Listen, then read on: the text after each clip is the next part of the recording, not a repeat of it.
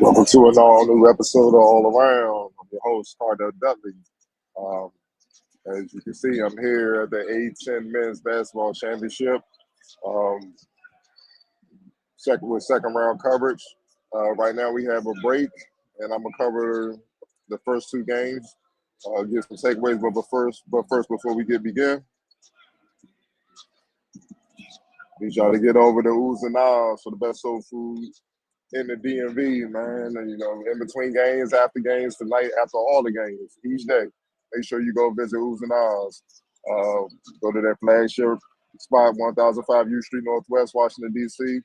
Also, you can go to the dine-in spot at 5933 Georgia Avenue. And don't hesitate to visit Oohs and Ahs at the newest location at 1033 Glebe Road, Alexandria, Virginia. All right, with that said, we're going to get started. First game,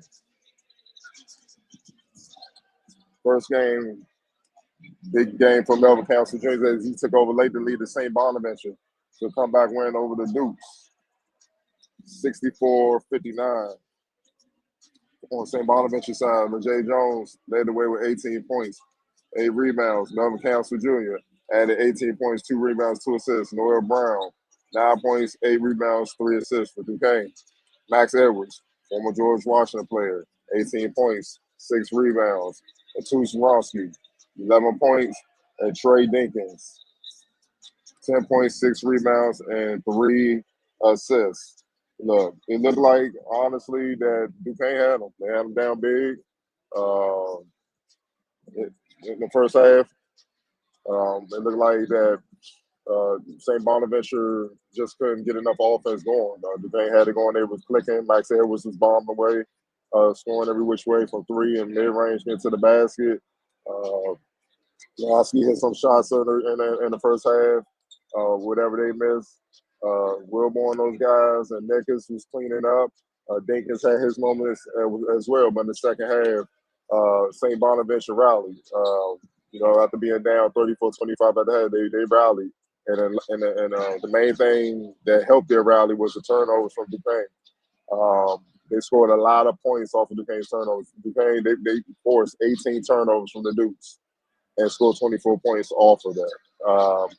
And as you can see, the final score, they won by 5. That just goes to show you how pivotal, how extremely important having,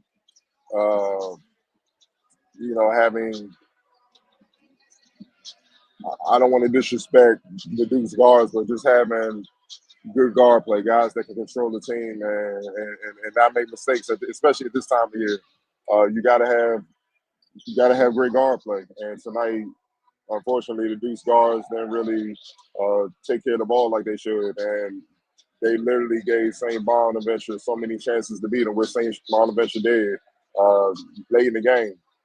Melvin Council Jr., he was just amazing. Mid-range, got to the free throw line, timely layups, had a timely steal on Dinkins at half court, took it all the way, laid it in. He just stepped up like a single point guard should, where that's called what it is.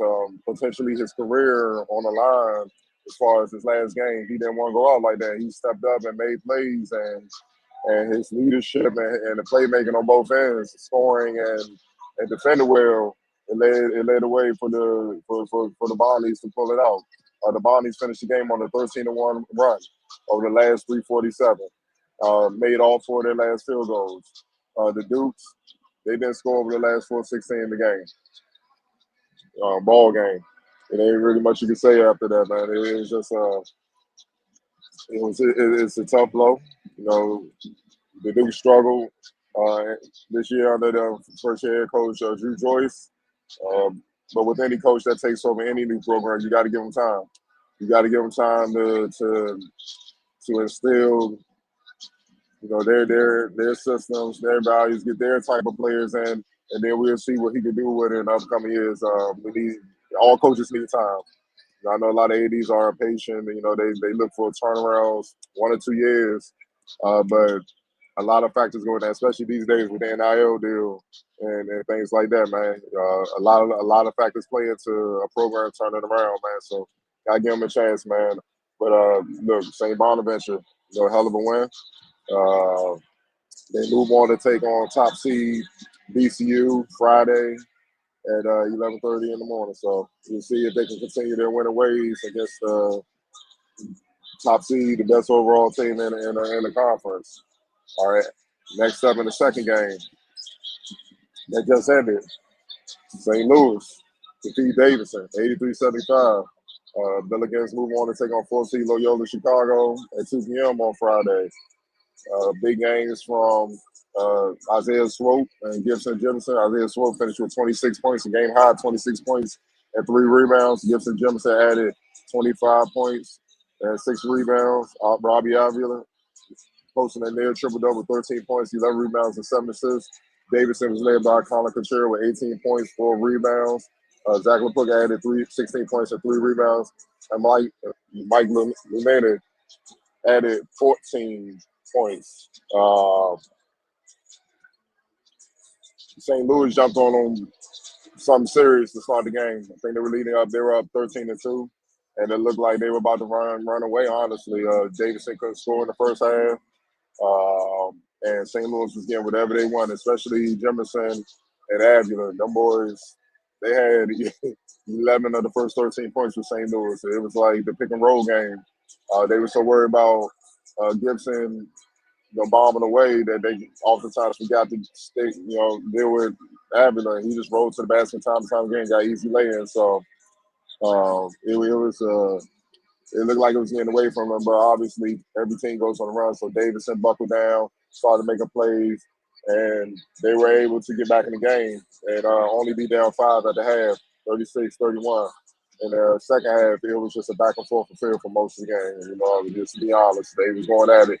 One team was going like a full 6-0 run. Another team would respond with a full 6-0 run. And then Davidson kind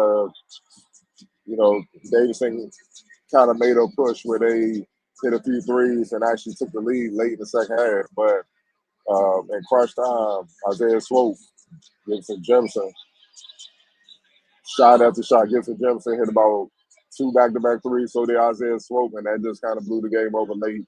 And Davidson weren't able to recover. St. Louis ended the game making their last 6 shots from the field. It's just tough to overcome that, man. Both teams, for the most part, took care of the ball. It wasn't really, much difference there with the Billikens having 14 turnovers and Davidson having 10. The difference in even 3-point field goals. St. Louis made 12, Davidson made 11, and Davidson needed all 11 to get back in the game. The difference was the free throws. The free throws in the game. St. Louis shot 13-20. Davidson only got to the line 6 times. They made all 6, but only got to the line 6 times. And it was a balanced attack. It was the roles, like I said, Isaiah Swope, Gibson Jemison on the perimeter. When they would come off screens and that bigs would roll, Davidson was oftentimes stuck between no man's land. They to stay with Gibson, or especially with the way he was shooting the ball, stay with Isaiah, especially with the way he was shooting the ball, and they just picked them apart. If they weren't making shots or getting good shots, their bigs were rolling and finishing strong and scoring at will. Or if they missed the shot, they were getting to the line and they made them pay. You know what I mean? Isaiah Swope played much of the second half with 4 fouls, which was amazing. He sat for a little bit. Then he checked back in at a little over 6 minutes left in the game. And I was expecting Davidson to try to take advantage of that to get him out of the game, especially obviously being a lead guard and with as hot as he was 9 of 15 from the field, 5 of 9 from the game, 3 or 4 from the free throw line. So he was zeroed in. But they couldn't make it happen. They couldn't foul him out, which would have been a big blow to the Billikens. And they how they ran their sets or whatnot. But Jemison was 8 of 16, 6 of 11, 3 or 4. It was just too many players on St. Louis that Davidson just allowed to just get off. You know what I mean? It had big nights, man. It's hard to overcome that. And with that being said, if they found a way to slow down one of the players, if not Slopes or Jemison, Avila, or vice versa, they would have had a better chance to win, man. They put up a valiant effort, but it just wasn't meant to be. They fall in the second round, 83-75. Next up is Washington. George Washington versus Fordham. So I'll be back with that game, and I believe the last game, yes, St. Joe's. They will take on LaSalle. Yep, LaSalle at the end of the game. So I'll be back with, after the last two games of today with another analysis of both games to close out the second round, and then be back with y'all pretty soon. And I'm going to have these coming all week long, covering the A10 championship to the championship Sunday. So just stay with me and continue to support, man. I have all the updates as we go. Check back with y'all later.